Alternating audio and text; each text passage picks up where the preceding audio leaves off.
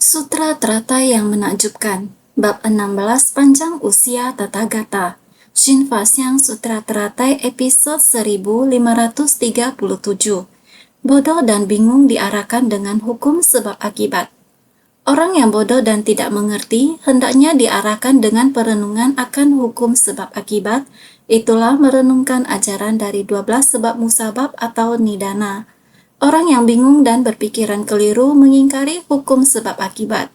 Bingung dan tidak mengerti akan segala dharma, melekat pada ketiadaan dan kekekalan, ini dinamakan kebodohan. Ini dikarenakan kikir akan dharma pada masa-masa kehidupan lampau, makanya dalam masa kehidupan sekarang mendapatkan balasan karma demikian. Harus lebih bersungguh hati. Tahu bahwa aspek pokok membantu kita sepenuhnya memahami kehidupan kita di dunia. Bagaimana kita datang ke dunia, setiap pikiran yang muncul, kita harus senantiasa bersungguh hati menghadapinya. Jika kita bodoh, maka kita tidak akan paham. Tidak dapat memahami mengapa kita lahir. Apa tujuan dari hidup kita, kelak kita akan kemana? Jika kita tidak memahami hal ini, maka kita akan senantiasa diganggu oleh kerisauan. Kegelapan batin akan menyebabkan kerisauan. Dengan kerisauan akan menciptakan karma. Itu akan menghasilkan kehidupan yang penuh kebingungan. Jadi, apa yang harus kita lakukan? Apa yang harus kita lakukan jika bertemu dengan orang yang demikian? Hendaknya diarahkan dengan perenungan akan hukum sebab akibat.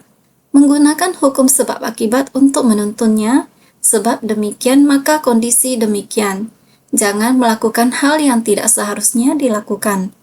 Tidak seharusnya memiliki pemikiran seperti ini. Harus segera memperbaikinya. Harus berhenti melakukan apa yang tidak seharusnya dilakukan. Jangan lanjut melakukannya. Jika sudah melakukannya, harus segera diperbaiki. Ini semua ada di dalam sebab dan kondisi. Jika kita tidak menciptakan sebab dan kondisi, maka tidak akan memperoleh buah balasan. Maka kita harus berhati-hati dalam benih jahat dan kondisi buruk. Kita harus aktif menciptakan benih bajik dan kondisi baik. Benar dan salah, kita harus membedakannya dengan sangat jelas. Ini adalah hukum sebab akibat. Bersungguh-sungguh menggunakan sebab dan kondisi untuk mengobatinya. Jika bertanya tentang dari mana sebab dan kondisi berasal, di mana asalnya sebab dan kondisi sumber kehidupan, kita telah sangat jelas.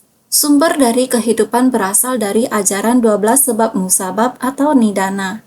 12 sebab musabab, jika kita tidak memahami dengan jelas, maka akan tetap kebingungan, keliru dan mengingkari hukum sebab akibat. Oleh itu, kita harus paham tentang seluk-beluk 12 sebab musabab. 12 sebab musabab. Apa yang disebut sebagai 12 sebab musabab? 12 sebab musabab yaitu kebodohan batin, bentuk-bentuk karma, kesadaran, batin jasmani, 6 landasan indria, sentuhan, perasaan, nafsu keinginan, kemelekatan atau ikatan, proses penjelmaan, lahiran, usia tua, dan kematian. Yaitu kebodohan batin mengkondisikan bentuk-bentuk karma. Bentuk-bentuk karma mengkondisikan kesadaran. Kesadaran mengkondisikan batin jasmani. Batin jasmani mengkondisikan 6 landasan indria. 6 landasan indria mengkondisikan sentuhan. Sentuhan mengkondisikan perasaan. Perasaan mengkondisikan nafsu keinginan. Nafsu keinginan mengkondisikan kemelekatan atau ikatan. Kemelekatan atau ikatan mengkondisikan proses penjelmaan.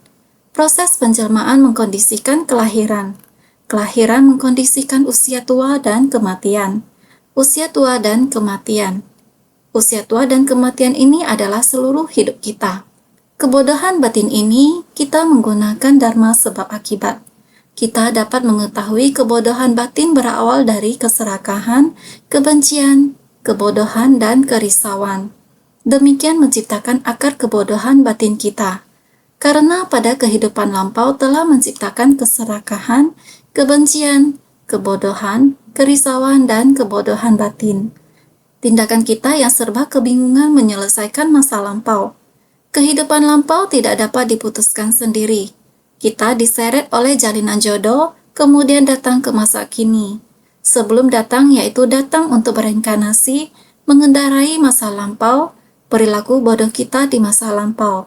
Saat ini kesadaran tersebut setelah orang tua saling mengasihi, kemudian mengandung. Di dalam kandungan mulai terdapat sebuah benda, seperti sebuah gelembung dan lainnya. Perlahan-lahan terbentuk. Hanya saja perilaku kita, jalinan jodoh yang tidak dapat diputuskan sendiri. Kesadaran yang membingungkan ini, demikianlah telah memiliki jodoh dengan pasangan orang tua ini, maka mengandung.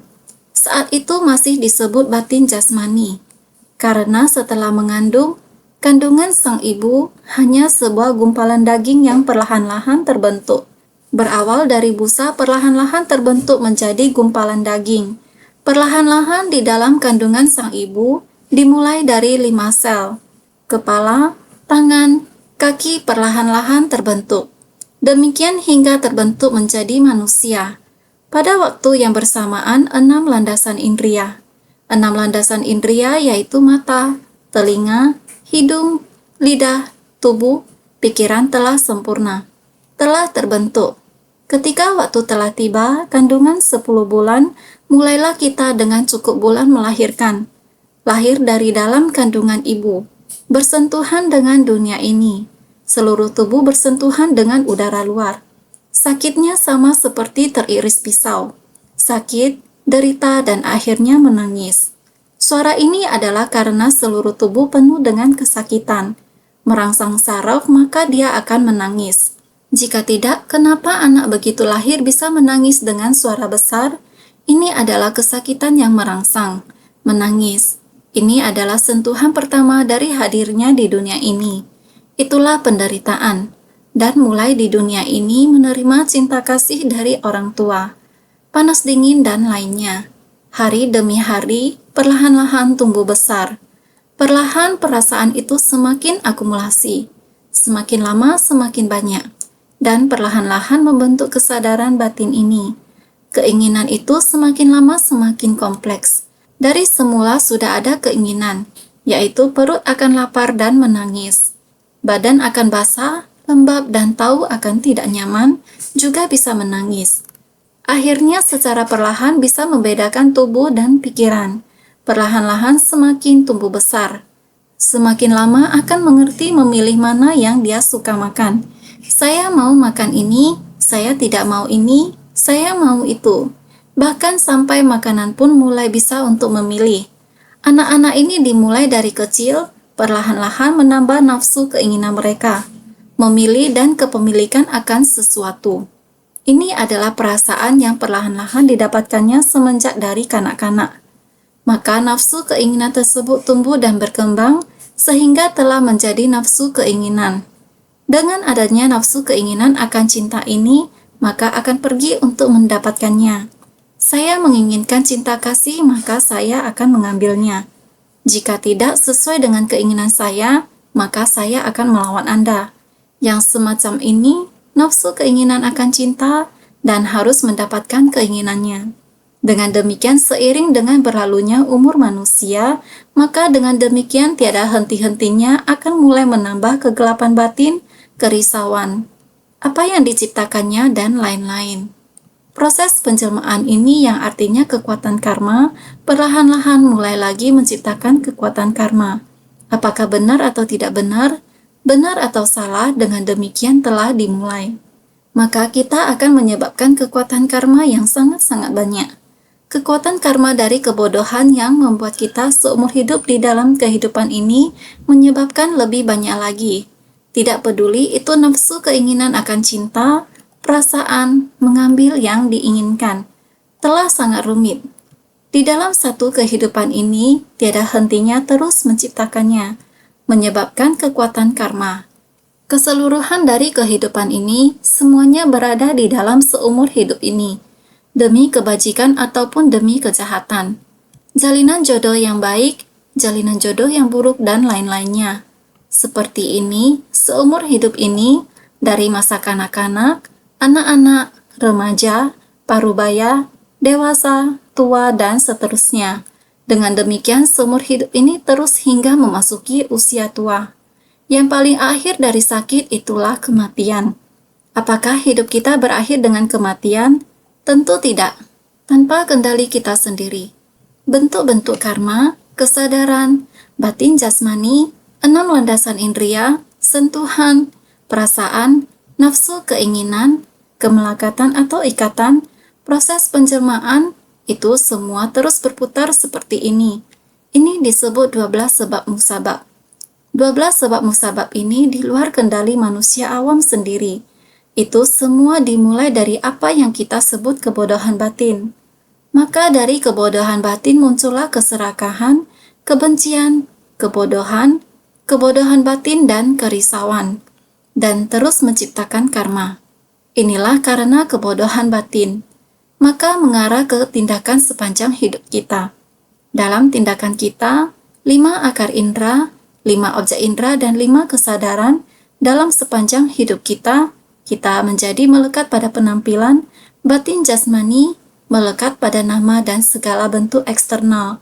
Dalam keadaan seperti ini, 6 keinginan kita terus-menerus terkoneksi dengan akar indera dan objek indera. Terus-menerus merasakan kesadaran ini terus bersentuhan, merasakan, terus menimbulkan nafsu keinginan dan terus memperjuangkan, tanpa henti menimbulkan jodoh buruk dan jodoh baik antar sesama dan lainnya. Inilah sepanjang hidup kita. Juga tidak terlepas dari 12 sebab musabab. Setelah sepanjang hidup melalui 12 sebab musabab. 12 sebab musabab akan menuntun kita. Melalui jalinan jodoh dengan orang tua kita, sekali lagi tanpa kendali kita sendiri, kita kembali ke dunia. Demikianlah kita menjalani siklus ini seumur hidup. Ini disebut 12 sebab musabab atau nidana. Penyebab dari kehidupan masa lalu kita menghasilkan kehidupan kita saat ini. Kita juga melakukan hal yang sama dalam kehidupan kita saat ini. Dalam kehidupan kita saat ini, kita terus-menerus menciptakan dari 12 sebab musabab dan akan terlahir kembali di kehidupan kita yang akan datang. Dalam kehidupan kita sehari-hari sekarang, tanpa kendali kita sendiri, kita terus menciptakan melalui 12 sebab musabab ini. Ini adalah 12 sebab musabab. 12 sebab musabab di atas mencakup segala sebab akibat seperti munculnya delusi, menciptakan karma, terlahirkan kembali dan lainnya di sepanjang 3 masa lampau, sekarang dan mendatang. Setelah satu putaran kembali ke awal lagi, demikian terus tanpa akhir. 12 sebab musabab seperti ini meluas di masa lalu, sekarang dan masa mendatang. Kita tunduk tidak terlepas padanya setiap hari. Ini mencakup masa lalu, karena ini disebabkan oleh karma yang terus-menerus kita ciptakan, bahwa kita telah terlahir kembali di tempat ini. Kita menciptakan suatu sebab yang menimbulkan suatu akibat, dan kita menderita akibatnya, dan seterusnya berulang-ulang. Setelah satu putaran kembali ke awal lagi. Demikian terus menjelajah. Siklus terus berlanjut tanpa putus. Saudara sekalian, datang adalah demikian datang. Yang akan datang kita juga demikian pergi. Sekarang kita adalah demikian. Demikian di keserakahan, kebencian, kebodohan batin dan kerisauan dalam menciptakan tidak terlepas dari 12 sebab musabab. Oleh karena itu kita setiap hari adalah demikian terbuai. Demikian terjerumus dalam pandangan keliru. Ada orang tidak memahami ajaran Buddha, tidak bersedia menerima. Oleh karena itu, dia mengingkari hukum sebab akibat. Karena dia tidak mengerti, juga tidak tahu, tidak mampu memahaminya. Gejolak hati kita, gerakan setiap tindakan kita, semuanya tidak lain tidak bukan adalah dalam menciptakan karma. Hanya apakah karma baik ataupun karma buruk, karma baik tentu menjalin jodoh baik. Bodhisattva 6 paramita dan segala praktiknya, juga dalam kerumunan orang banyak, juga di seumur hidup ini, tubuh dan batin ini. Oleh karena itu, kehidupan kita sehari-hari sangat penting. Merubah kesadaran menjadi kebijaksanaan. Juga mau semua orang tahu, kehidupan kita kebingungan dalam kesadaran kita. Akar kita, 6 akar indera bersentuhan dengan luar. Rupa, suara, bebauan, rasa, sentuhan, dan fenomena. Fenomena adalah kesadaran kita. Ini yang disebut 6 akar indera, 6 objek indera, dan 6 kesadaran. Kita memiliki saraf penglihatan dan saraf pendengaran, membuat kita bisa melihat dan mendengar, membedakan wujud dari benda-benda. Ketika kita mendengarkan suara, kita bisa membedakan mana yang kita suka atau tidak suka. Inilah disebut kesadaran. Kita membedakan dengan kesadaran pikiran. Jadi, kesadaran pikiran ini harus kita merubah menjadi kebijaksanaan kita. Mendengarkan hal ini, kita harus merenungkan dengan baik. Apakah hal ini benar dilakukan? Tidak benar. Kita akan memberikan beberapa saran. Akan lebih baik jika dilakukan seperti ini. Oh, baiklah, mari kita lakukan bersama-sama. Ketika melihat sesuatu, kita harus akurat. Haya, ini jelas-jelas tidak rata. Mengapa Anda tidak bisa melihat dengan jelas? Saya tidak melihatnya. Saya bisa melihatnya. Kalau Anda tidak melihatnya, ukur saja. Oh, memang benar. Memang benar. Ada tinggi rendah, tidak rata. Apakah perbedaan tinggi rendah dan ketidakrataan itu penting? Sangat penting, terutama saat membangun pilar bangunan. Jika pilar bangunan tinggi rendah dan tidak rata, maka bangunan itu tidak akan tegak dengan benar. Sama halnya, kita harus memastikan ketepatan dalam setiap aspek. Nama, kita sangat melekat dengan nama ini. Namun apabila kita menganalisisnya apa itu nama, apakah perlu kita memperebutkannya? Haya, tidak perlu. Hal ini jika di luar, manusia awam menyebutnya dengan kesadaran. Lingkungan tempat saya berada dan kebutuhan saya harus memperjuangkan apa yang saya inginkan. Saya akan berjuang segalanya untuk memperebutkannya. Namun bagi mereka yang memiliki kebijaksanaan, apakah hal ini diperlukan? Apa yang sebenarnya perlu kita lakukan adalah mundur selangkah, maka dunia akan terasa luas tak terhingga. 1 inci lebih lebar, maka semua orang akan damai. Inilah kebijaksanaan. Tidak perlu diperebutkan. Inilah yang harus kita lakukan dalam kehidupan sehari-hari, yaitu hidup dengan menggunakan kebijaksanaan. Sehingga adalah berbeda jika memperebutnya dengan menggunakan kesadaran pikiran. Oleh karena itu, kebaikan dan kejahatan. Kejahatan dimulai ketika orang menggunakan kesadaran pikiran untuk memperjuangkan keuntungan. Tidak peduli apakah itu benar atau salah, mereka akan memperebutkannya. Mereka yang memiliki kesadaran yang mampu membeda-bedakan, ketika menangani masalah yang sama, mereka akan dengan hati lapang dan niat yang murni. Apapun yang mereka lakukan akan terasa damai dan akan bermanfaat bagi orang banyak. Inilah sebab dan akibat. Memahami akan benih sebab akibat, demikianlah buah akibat. Jika tidak memahami benih sebab demikian dan hanya ingin memperebutkan, pada akhirnya semuanya adalah kosong. Dan apa yang diperoleh adalah penderitaan yang tak terbatas. Ini adalah orang yang tidak mengerti hukum sebab akibat. Orang yang penuh dengan delusi dan kekeliruan mengingkari hukum sebab akibat. Inilah yang disebut dengan manusia awam. Ini hanya memperjuangkan satu kesadaran pikiran, maka ini adalah kesalahan. Kita seharusnya merubah kesadaran menjadi kebijaksanaan. Kebijaksanaan dengan pengamatan menakjubkan, kebijaksanaan terhadap kesetaraan dalam sifat hakiki, kebijaksanaan agung cermin sempurna, mencapai segalanya dan mendapat kedamaian. Ini disebut kebijaksanaan dengan kegiatan tak terbatas. Kita perlu sangat bersungguh hati. Ini disebut praktek pelatihan diri. Maka bingung dan tidak mengerti akan segala dharma, ini disebut manusia awam. Melekat pada ketiadaan dan kekekalan, ini disebut kebodohan. Maka disebut kemelekatan. Seumur hidup sudah dilalui, maka sudah selesai dilalui. Dengan begini, saya seumur hidup melewati dengan senang, tidak ada yang tidak boleh dilakukan. Melakukan segalanya dengan sesuka hati. Tidak ada pandangan akan kehidupan berikutnya, tidak ada akibat yang mengikutinya di belakang. Ini disebut ketiadaan atau kekekalan.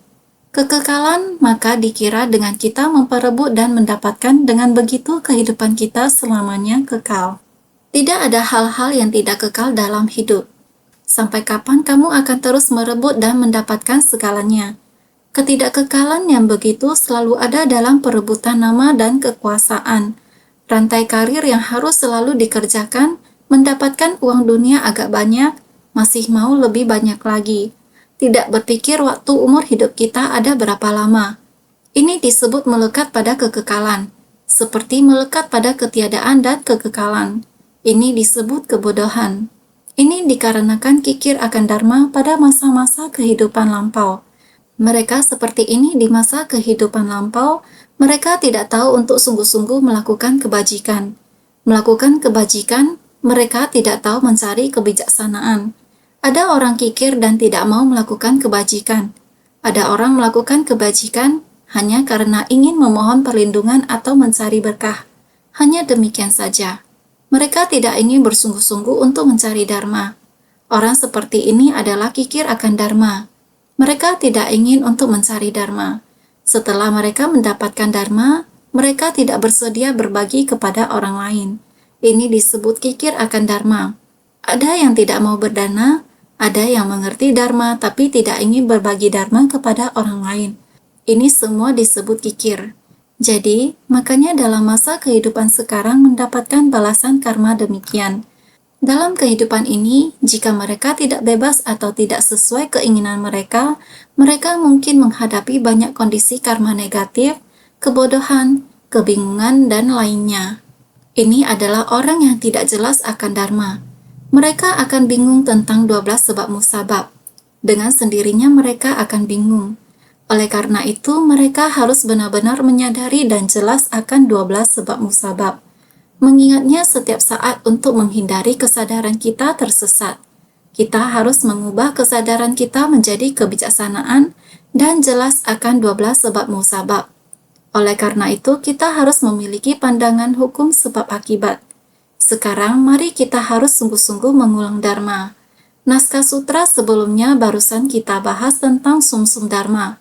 Semua orang harus bersungguh hati mengingatnya. Kita harus memahami dengan jelas tentang asal-usul kehidupan ini. Kita harus sangat jelas akan tindakan kita setiap hari, kita harus sangat memperhatikannya. Sehingga dalam naskah sutra, kita harus memahaminya baru bisa menerima dan menerapkannya. Naskah sutra sebelumnya mengatakan demikian. Pada ketika ini, ayah mereka pulang ke rumah. Dikarenakan para putranya meminum racun, sebagian telah kehilangan batin semula, sedangkan lainnya tidak kehilangan. Sutra Teratai bab 16 panjang usia Tathagata. Kita harus bersungguh hati mencermati naskah sutra sebelumnya. Naskah sutra berikutnya mengatakan demikian.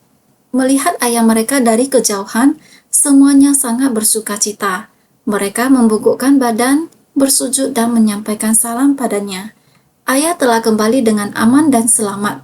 Kami sekalian sungguh bodoh, secara tidak sengaja telah meminum racun. Sudilah kiranya ayah menolong dan mengobati kami, serta menganugerahi kami dengan usia kehidupan yang lebih panjang. Sutra Teratai bab 16 panjang usia Tathagata. Sang ayah sebelumnya telah pergi. Selama beberapa waktu, selama waktu tersebut anak-anak meminum racun. Mereka telah meminum racun. Jadi mereka benar-benar menderita dan berjuang. Pada naskah sutra sebelumnya, Buddha mengatakan bahwa mereka bergulingan dan berjuang, beberapa dari mereka kena racun yang mendalam dan kesakitan. Saat ini, tepat ketika anak sedang menderita, ayah mereka telah kembali ke rumah. Ketika anak-anak melihat ayah mereka telah kembali, mereka sangat gembira. Saat ini mereka seharusnya sangat gembira. Karena saya sangat menderita, dan karena ayah saya adalah seorang dokter terkenal dan ayah telah kembali, kita akan tertolong. Maka kami berbahagia. Dengan sendirinya bersujud dan menyampaikan salam padanya. Mereka sangat hormat. Ayah mereka pergi dalam waktu yang lama dan anak-anak mereka telah menderita, menerima siksaan saat itu, sehingga mereka bersukacita ketika ayah telah kembali. Ayah telah kembali dengan aman dan selamat. Mereka dengan segera menghadap memberi hormat. Bertanya, "Ayah, apakah perjalananmu aman? Sekarang telah kembali, kami sangat merindukanmu. Karena kami dengan bodoh meminum racun. Kami telah meminumnya. Kami sangat berharap ayah bisa segera pulang untuk menolong kami. Berharap dapat terus hidup bisa lebih lama." Ini sama dengan hal lumrah kita di dunia. Melihat ayah mereka dari kejauhan, semuanya sangat bersukacita. Dari tingkatan awam memandang pada Buddha, seakan para putra melihat ayah mereka dari kejauhan, semuanya sangat bersukacita. Melihat dan mendengar Buddha muncul di dunia ini, semuanya menemukan hal yang mendatangkan perasaan hormat dengan sukacita, makanya dikatakan semuanya sangat bersukacita. Sudah beberapa waktu menjadi manusia awam, Buddha Dharma sudah tidak ada lagi di dunia. Sehingga saat Buddha mencapai kebudahan di dunia, ini menyatakan bahwa jalinan jodoh Buddha di masa lalu sudah lewat. Itu adalah saat tidak ada Buddha Dharma. Di saat itu, semua orang di dunia sudah kebingungan. Tiba-tiba Buddha muncul di dunia. Ini menyatakan bahwa melihat ayah mereka dari kejauhan. Melihat dari kejauhan adalah sudah lama terpisahkan. Sudah sangat-sangat lama terpisahkan. Sekarang tiba-tiba melihat Yang Maha Sadar. Yang Maha Sadar yang memahami segala sesuatu di antara langit, bumi, dan alam semesta telah muncul. Seperti seorang anak kecil melihat ayah yang sudah lama terpisahkan, melihatnya kembali. Perasaan itu, oleh karena itu kedatangan Buddha di dunia. Guru pembimbing dari 3 kelompok alam dan ayah pengasih dari 4 jenis kelahiran. Beliau seperti guru pembimbing, seperti ayah pengasih. Ini menyatakan bahwa kedatangan Buddha ke dunia. Saat seorang anak melihat ayahnya yang sudah lama tidak pulang ke rumah, semuanya sangat bersukacita. Sangat bersukacita. Oleh karena itu, melihat dan mendengar Buddha muncul di dunia ini adalah hal yang membuat sukacita. Saat semua makhluk mengetahui kedatangan Buddha, mengetahui bahwa Buddha datang ke dunia, ini adalah suatu hal yang membuat sukacita. Yang Maha Sadar berada di dunia, beliau membawa manfaat bagi semua makhluk. Beliau membuka dan menunjukkan kebijaksanaan kepada semua makhluk yang ada di dunia. Oleh karena itu, semua orang bersukacita. Melihat dari kejauhan. Melihat dari kejauhan yaitu melihat dari jauh. Ini adalah suatu hal yang sudah terjadi sangat lama sebelumnya. Buddha sudah datang kembali ke dunia.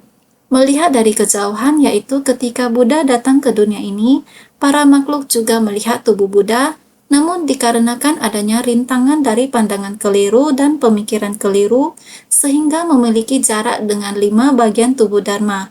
Tidak memiliki kehormatan untuk bertemu dengan tubuh Dharma, makanya dikatakan melihat dari kejauhan. Sang Buddha telah datang ke dunia. Para makhluk juga melihat tubuh Buddha. Sang Buddha benar-benar datang ke dunia pada era itu. Di lingkungan itu, dia lahir di negeri Kapilavastu dan mencapai kebudahan. Di tempat itu, ia membabarkan Dharma. Oleh karena itu, para makhluk hidup betul-betul telah melihat Sang Buddha. Namun dikarenakan adanya rintangan dari pandangan keliru dan pemikiran keliru, para makhluk hidup memiliki hambatan terhadap persepsi dan pemikirannya. Persepsi dan pikiran ini telah menghambat 5 bagian tubuh Dharma. Dan apa yang disebut dengan 5 bagian tubuh Dharma? 5 bagian tubuh Dharma adalah sila, samadhi, kebijaksanaan, terbebaskan dan terbebaskan dari pengetahuan dan pemahaman. Ini disebut 5 bagian tubuh Dharma. Sila juga merupakan tubuh Dharma kita. Kita harus menegakkan sila, dengan begitu tubuh kita baru bisa bersih. Dengan menegakkan sila, hati kita baru bisa tidak muncul kerisauan dan serakah. Maka dari itu kita harus memiliki sila. Dengan adanya kewaspadaan, kita baru dapat memiliki tekad. Oleh karena itu, dengan adanya tekad, kita dapat mengetahui arah kehidupan. Kita memahami 6 paramita dan segala praktiknya. Untuk membuka jalan kebenaran tersebut, kita mesti tahu cara membuka jalan ini. Dengan menggunakan 6 macam metode, termasuk berdana dan menegakkan sila. Kita mesti fokus pada jalan ini dan bersumbangsi lewat metode ini. Jadi, sila, samadhi, dan kebijaksanaan. Sila, samadhi, dan kebijaksanaan adalah bagian dari 6 paramita. Adapun berdana, kemudian kesabaran, dan apalagi upaya bersemangat. Jadi kita mesti tekun bersemangat. Kita mesti tekun bersemangat barulah bisa mencapai pembebasan, pengetahuan, dan pandangan akan pembebasan. Sila, samadhi, kebijaksanaan, pembebasan, pengetahuan, dan pandangan akan pembebasan. Ada 5 macam. Mereka semua disebut sebagai 5 bagian tubuh Dharma. Namun kita manusia awam sering terintangi oleh pandangan keliru dan pemikiran keliru. Para makhluk memiliki pandangan yang keruh. Kekeruhan dari pandangan dan pemahaman kita sangat parah. Dan ini merintangi sila, samadhi, dan kebijaksanaan kita. Karena kita tidak memiliki sila, samadhi, dan kebijaksanaan, tentu saja kita tidak bisa mencapai pembebasan. Kalau kita tidak bebas, kita tidak akan bisa memahami pengetahuan dan pandangan akan pembebasan dan kebijaksanaan Buddha. 5 aspek ini ialah menyebabkan kita pandangan keliru dan pemikiran keliru telah merintanginya. Kita sebut dengan adanya rintangan dari pandangan keliru dan pemikiran keliru sehingga memiliki jarak dengan 5 bagian tubuh Dharma. Pandangan dan pemahaman kita, pemikiran kita yang merintangi kita. Maka dari itu, kita tidak memiliki kehormatan untuk bertemu dengan tubuh Dharma. Kita tidak dapat menemukan tubuh Dharma kita sendiri. Setiap orang pada hakikatnya adalah Buddha. Para anak ini semuanya memiliki hakikat Buddha ini, adalah murid-murid Buddha. Kita semua memiliki hakikat Buddha, tetapi kita semua terkena penyakit. Karena kita dalam waktu yang lama dan panjang, para putranya meminum racun. Kita para manusia awam dari dahulu kala memiliki pandangan dan pemahaman serta konsep pemikiran yang salah. Konsep pemikiran yang sesat ini sudah tertanam dalam diri kita, maka pandangan dan pemahaman kita salah. Oleh karena itu, kita dalam tingkatan manusia awam yang tanpa henti berputar dalam 12 sebab musabab. Ternyata kita dan Sang Buddha adalah setara. Maka sebenarnya kita bisa kembali ke sifat hakiki yang demikian adanya. Karena demikian rintangan pandangan, pemahaman, dan pemikiran kita. Yang harus kita lakukan adalah sila, samadhi, kebijaksanaan, dan arah pembebasan. Telah menghambat kita sehingga kita semua bingung dalam pengetahuan dan pandangan ini. Karena demikian tidak bisa melihat tubuh Dharma. Maka disebut melihat dari kejauhan. Sangat panjang, sangat jauh seperti Dharma. Jarak tubuh Dharma dan aku sangatlah jauh. Sebenarnya kita sendiri sudah lengkap. Makanya tubuh Dharma yang disebut ada di semua orang. Tetapi orang biasa merasa jaraknya sangatlah jauh dan berkata melihat dari kejauhan. Sangatlah jauh. Sebenarnya kita sendiri sudah punya. Maka dikatakan mereka membungkukkan badan, bersujud dan menyampaikan salam padanya. Ayah telah kembali dengan aman dan selamat. Mereka membungkukkan badan dan bersembah sujud, lalu menanyakan kabar tentang kehidupan sehari-harinya. Buddha menyatakan akan memasuki parinirvana dan kembali pada sumber, laksana pulang setelah meninggalkan rumah untuk waktu yang lama. Inilah yang dikatakan sebagai ayat telah kembali dengan aman dan selamat. Ini berarti saat murid melihat Buddha, akan merasakan sungguh langka kesempatan untuk bertemu dengan Buddha di dunia. Mengetahui bahwa Buddha telah membabarkan Dharma selama lebih dari 40 tahun, Buddha telah mulai menyatakan akan memasuki parinirvana. Telah lanjut usianya dan akan meninggalkan dunia ini.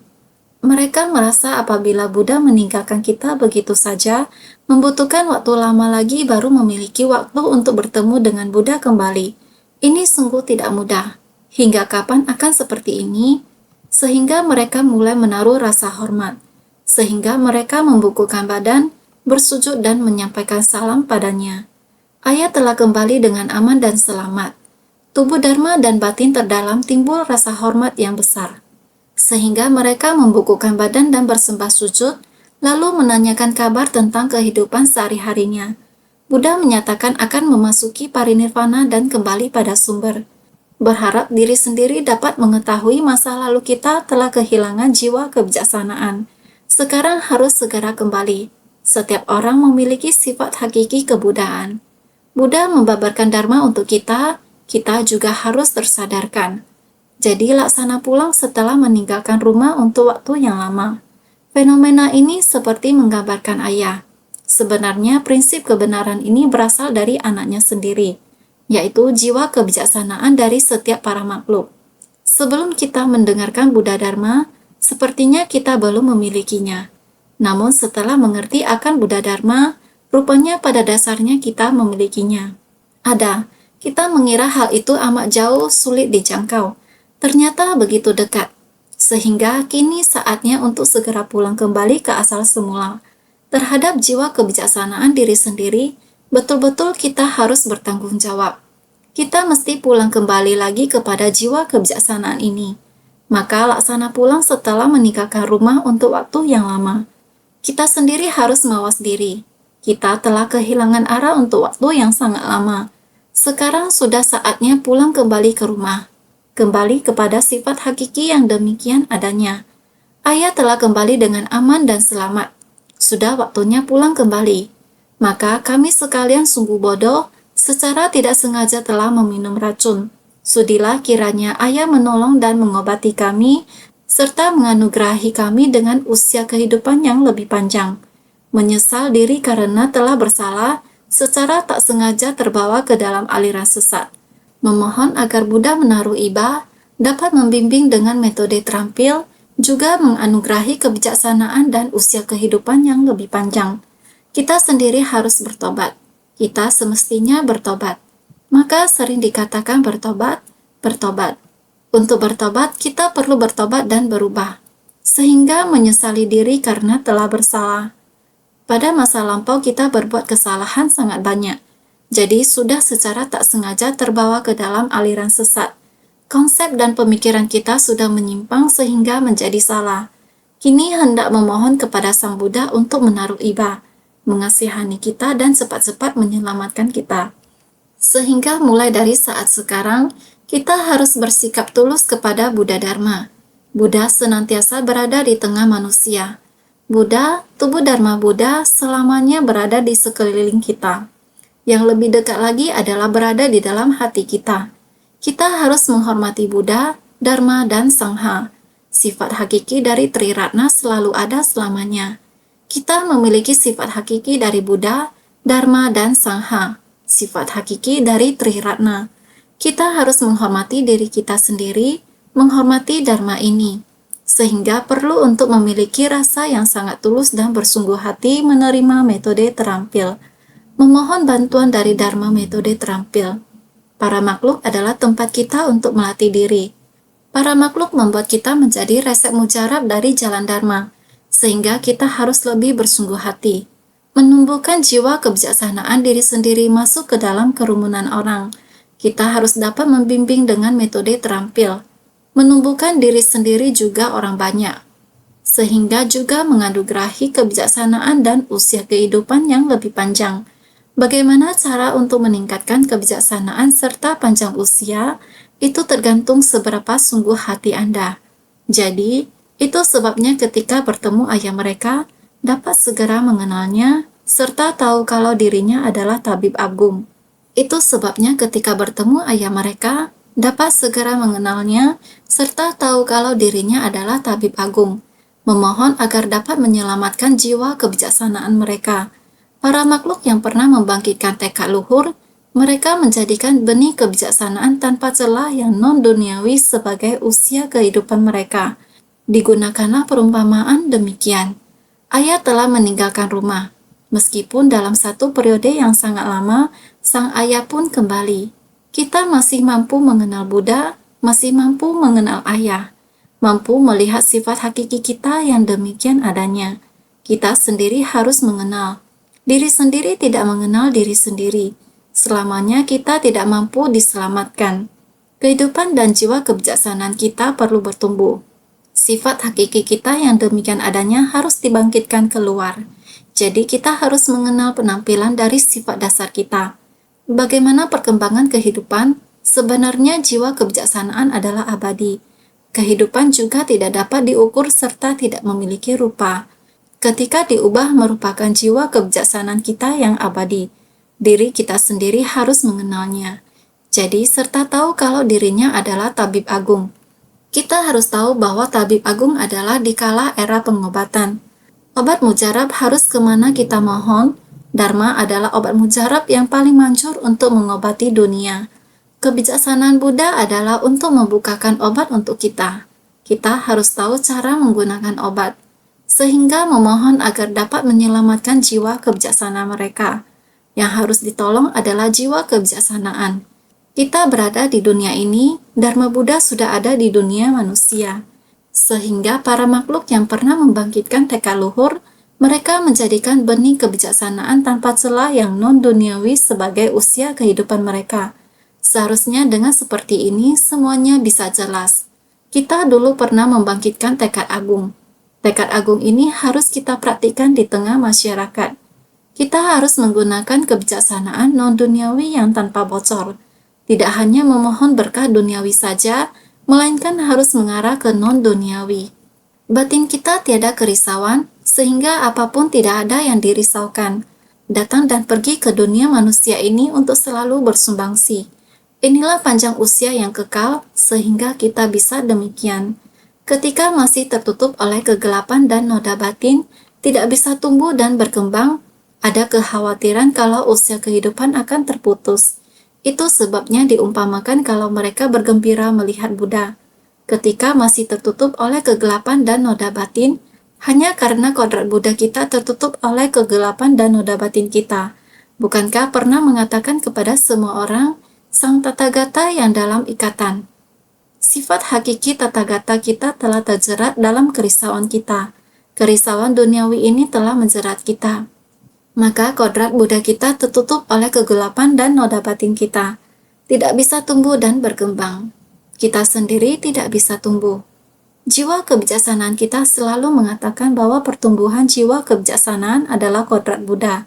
Kita sendiri harus memiliki nutrisi ini. Di manakah nutrisinya?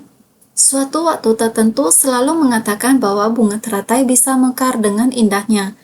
Karena kolam teratai adalah kerumunan para makhluk dalam dunia yang dipenuhi kekeruhan, merupakan nutrisi jiwa kebijaksanaan kita. Sehingga kalau usia kehidupan akan terputus. Jika kita tidak ada nutrisi, tidak bisa tumbuh berkembang. Tidak adanya nutrisi, hanya berada dalam kerisauan. Lama-kelamaan jiwa kebijaksanaan ini tidak ada yang memelihara. Jiwa kebijaksanaan akan terputus. Bagaimana dengan jiwa kebijaksanaan? Seperti terputusnya usia kehidupan. Jiwa kebijaksanaan tidak akan bisa tumbuh berkembang selamanya. Sehingga kita harus menggenggam saat ini. Adanya jalinan jodoh ini, kita harus menggenggam di antara orang banyak untuk menumbuhkan jiwa kebijaksanaan kita. Sehingga itu sebabnya diumpamakan kalau mereka bergembira melihat Buddha. Setelah memahami, kita harus memahami demikianlah jalan kehidupan. Saudara sekalian, bersungguh hati dalam ajaran Buddha. 12 sebab musabab kita harus bersungguh hati memahami dengan mendalam. Kita jangan terhalangi oleh pandangan dan pemahaman serta pemikiran kita. 5 bagian tubuh dharma kita, sila, samadhi, kebijaksanaan, pembebasan pengetahuan dan pandangan tentang pembebasan, ini dinamakan 5 bagian tubuh dharma. 5 bagian tubuh dharma ini, jika kita ada, maka tidak terpengaruh oleh pandangan, pemahaman, pemikiran kita merintangi kita. Maka jiwa kebijaksanaan kita tidak akan terkubur dalam kerisauan dan kebodohan batin. Maka kita akan bisa melampaui. Sehingga semua orang harus senantiasa lebih bersungguh hati.